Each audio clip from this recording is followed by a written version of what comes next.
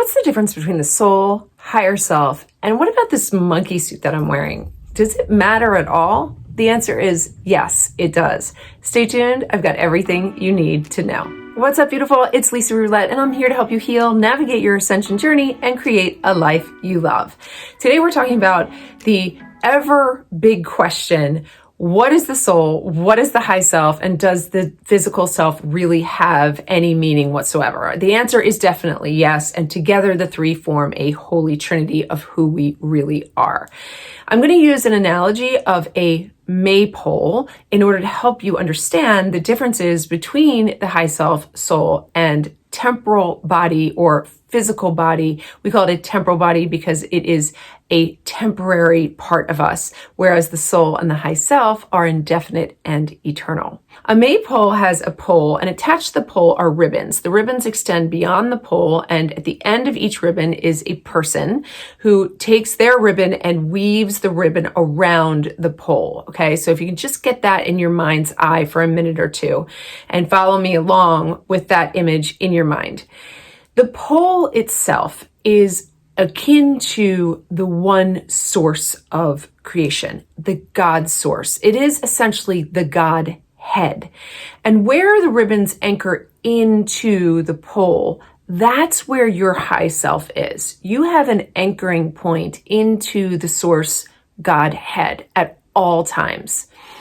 The source is asking us to go forth from the pole so that it can understand and express itself, so that it can see its expression in an infinite number of ways, which is why you're here and I'm here.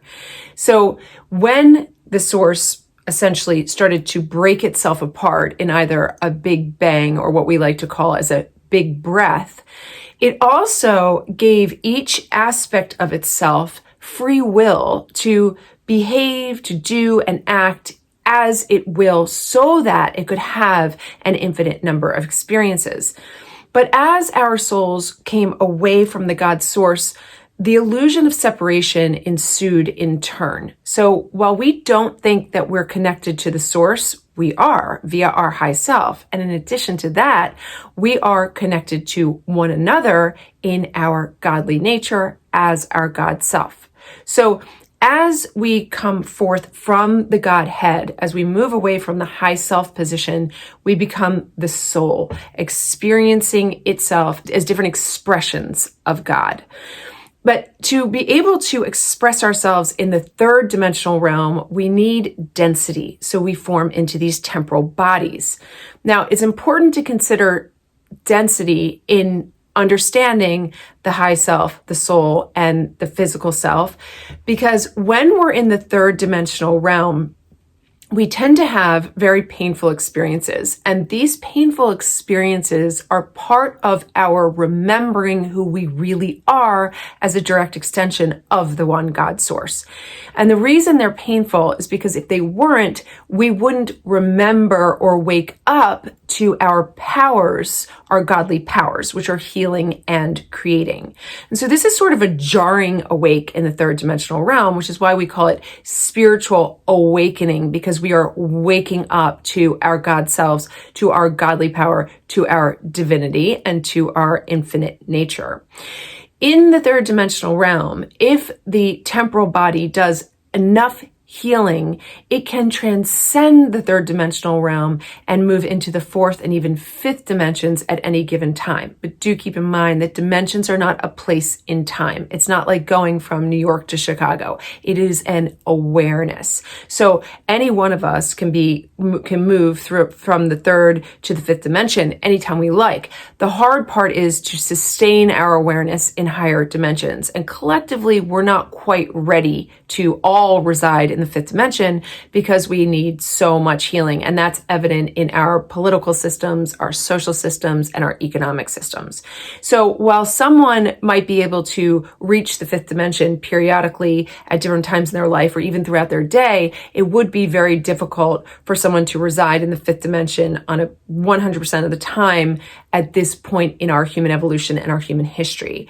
But one of the reasons that we have these multifaceted parts of self is because we are meant to return. And that is ultimately what makes us multi-dimensional, in order to be able to reside in different dimensions simultaneously, or at potentially one given time throughout our lives.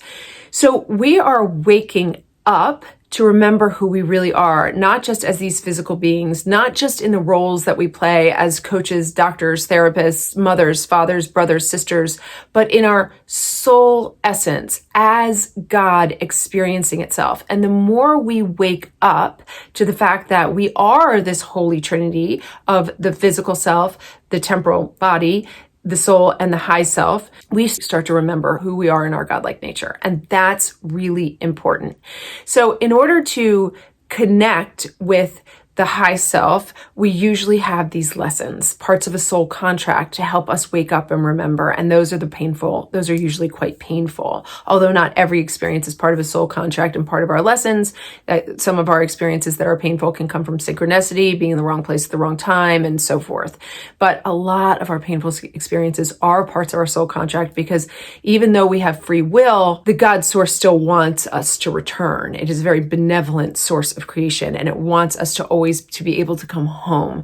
So we do experience, particularly in the third dimensional realm, these very difficult experiences. But the reason we experience them is to wake up, remember who we really are, and start to utilize our powers of healing and creating.